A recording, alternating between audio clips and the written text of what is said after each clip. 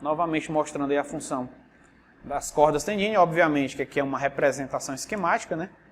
Mas elas seguram e impedem o abaulamento das válvulas, das cúspides das válvulas, que isso justamente impede o refluxo de sangue.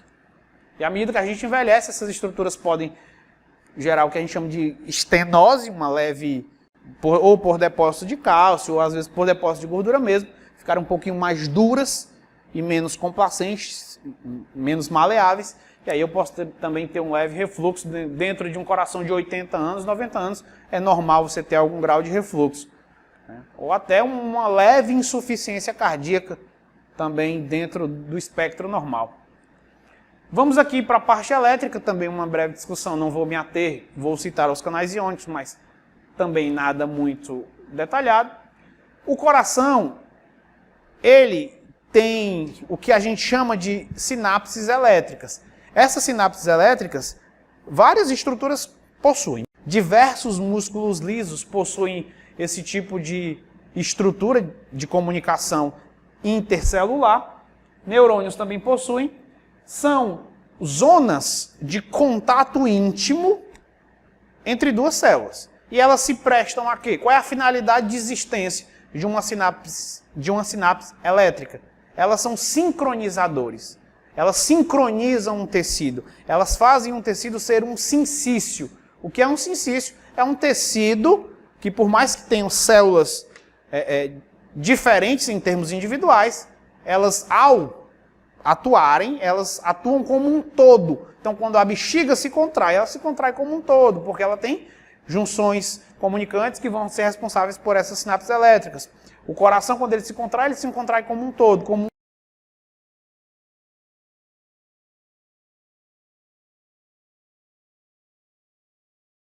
mesmo segundos mensageiros, o mesmo cálcio que inunda esse miócito, vai inundar esse, vai inundar esse, vai inundar esse. E aí você tem uma sincronização no qual esse miócito responde funcionalmente muito semelhante a esse outro miócito. Então você tem um acoplamentozinho aí muito importante. E as estruturas moleculares que são responsáveis pelas sinapses elétricas no coração, que são chamadas de discos intercalados. Os discos intercalados é o nome da estrutura macroscópica, né? Aquilo que você vê no macro. Quando você vai aprofundando, você vê que esses discos intercalados, você vai ampliando, eles são compostos, obviamente, por zonas de adesão celular, como os desmossomos, mas, em termos funcionais, são as chamadas conexinas. Essas conexinas nada mais são do que canais que estão em íntimo contato com a célula A e a célula B, o miócito A e o miócito B, e permitem um influxo tanto de segundos mensageiros, por exemplo, a adrenalina que atuou aqui levou à produção de AMP cíclico, esse próprio AMP cíclico pode se difundir e ativar a PKA do outro miócito. Então realmente é um sincronizador. E esses canais eles também podem se fechar, eles podem se abrir e se fechar, então eu também tenho algum grau de regulação. Aí, não é sempre que tudo passa. Tem uma permeabilidade seletiva em algum grau que é modulada por algumas vias de sinalização específicas também. Novamente mostrando o aspecto mais molecular das conexinas. São hemicanais, uma na célula no miócito 1 e outra no miócito 2. Estão em íntimo contato e aí permitem um fluxo ou de A para B ou de B para A. Vai depender do gradiente de concentração da substância. E aqui tem um esqueleto da estrutura elétrica, da circuitaria elétrica do coração. Eu tenho aqui o nó sinoatrial, que é o marca-passo, é o gerador do padrão elétrico do coração. Eu tenho os feixes internodais, eu tenho um feixe interatrial, que leva do átrio direito para o átrio esquerdo. Eu tenho o nó átrio-ventricular, eu tenho o feixe átrio-ventricular, eu tenho os feixes de His, que vão acabar desembocando nas fibras de Purkinje. Esse é um sistema extremamente especializado de condução do potencial de ação. O potencial de ação, como a gente vai ver, apresenta dois padrões de resposta no tecido cardíaco. Eu tenho resposta rápida e a resposta lenta. Os tecidos de condução propriamente dito, como os feixes de His e as fibras de Purkinje, eles têm uma resposta rápida. Já os nós, tanto o nó átrio-ventricular quanto o nó sinoatrial, eles têm uma resposta lenta, justamente por serem marca-passos. Aqui é o marca-passo que mais dispara, aqui é um marca-passo que dispara menos. Mas, obviamente, que em algumas condições, o próprio feixe de His e as próprias fibras de Purkinje podem assumir este papel. Então, é basicamente isso que nos interessa dentro deste contexto. Aqui é só uma descriçãozinha do nó sinoatrial. Essa estrutura ímpar, aí, obviamente que ao longo de toda a fisiologia de distribuição de outras estruturas do corpo, a gente tem outros marca-passos, por exemplo, as células intersticiais de Carral, são marca-passos lá das ondas lentas, do TGI. Eu tenho alguns marca-passos também dentro do sistema nervoso central, algumas células do núcleo supraquiasmático também são marca-passos do ciclo circadiano. Então, a gente tem vários marca-passos que se prestam a coisas diferentes.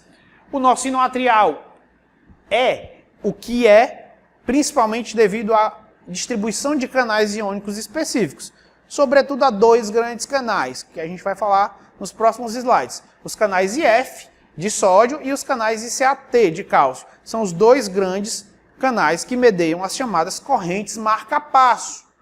São essas correntes que, devido às suas características biofísicas, conseguem ter uma automaticidade, justamente porque elas acoplam uma repolarização a uma despolarização.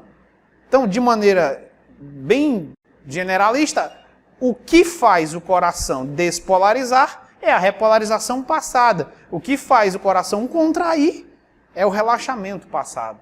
Então, é uma consequência da outra.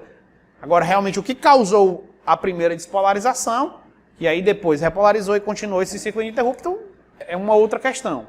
Mas a despolarização diastólica lenta, que é o termo técnico para ela, é consequência da repolarização rápida. A gente vai ver. Então, o nó sinoatrial é essa estrutura geradora da corrente elétrica do coração, justamente pelas características biofísicas e morfológicas dos seus canais iônicos, e ela é acoplada com os miócitos. Ela é uma estrutura, é um miócito modificado. São vários miócitos modificados aqui, especializados em gerar automaticidade. Nas fibras de condução também, Purkinje, His, os próprios feixes atrioventriculares e as vias internodais, todos são miócitos modificados. Só que a evolução tirou a actina e miosina deles, são miócitos que se especializaram em levar a corrente elétrica ou em gerar a corrente elétrica. Então as células do nó são acopladas eletricamente com as células do átrio direito, e aí elas enviam justamente essa resposta, ó, através dos discos intercalados, lá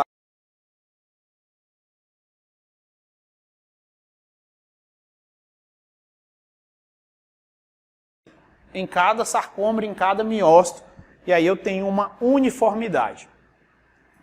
O nó atrioventricular, em termos biofísicos, ele é um pouco semelhante ao nó sinoatrial. A diferença é que ele não tem tantos canais IF como as células do nó sinoatrial. E o marca-passo, por exemplo, se a despolarização diastólica lenta das células do nó sinoatrial, ela se dá em cerca de 100 despolarizações por minuto, 90 despolarizações por minuto, essa daqui do nó atrioventricular se dá em 50, em 60.